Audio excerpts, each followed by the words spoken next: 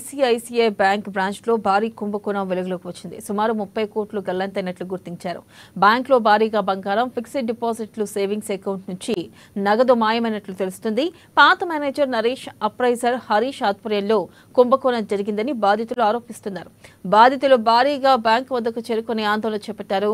Gold appraiser గతంలో ఉన్న manager golmaal చేసినట్లు బాధితులు చెబుతున్నారు.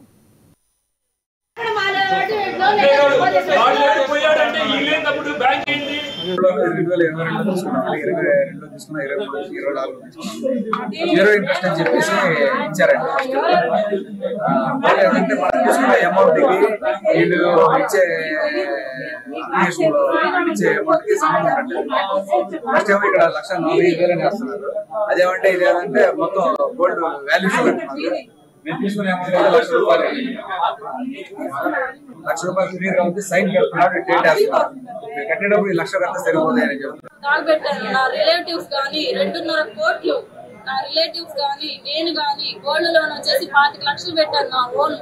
ఇవాళ హెడ్ వచ్చారని ఇప్పుడు అడుగుతుంటే ఈ 25 కట్టాలా సార్ అంటే రేపు చెప్తానంటున్నారు. ఒకవేళ వాళ్ళు 50 కట్టమంటే నేను ఎక్కడి నుంచి తీసుకొచ్చి ఇవ్వాలి? ఎఫ్టీలు వచ్చేసి ఓడీలు తీసుకున్నారు మీరు అని చెప్తున్నారు. మా ద్వారా ఓడీలు మేము అసలు ₹1 కూడా తీసుకోలేదు.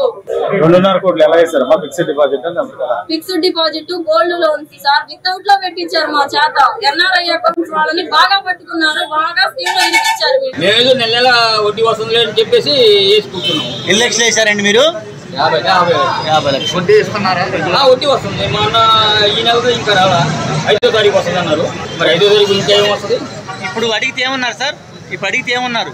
చూస్తున్నాం అన్నారు సార్. ఎంక్వైరీ చేస్తాం. ఇంకా చెక్ చేపిలా?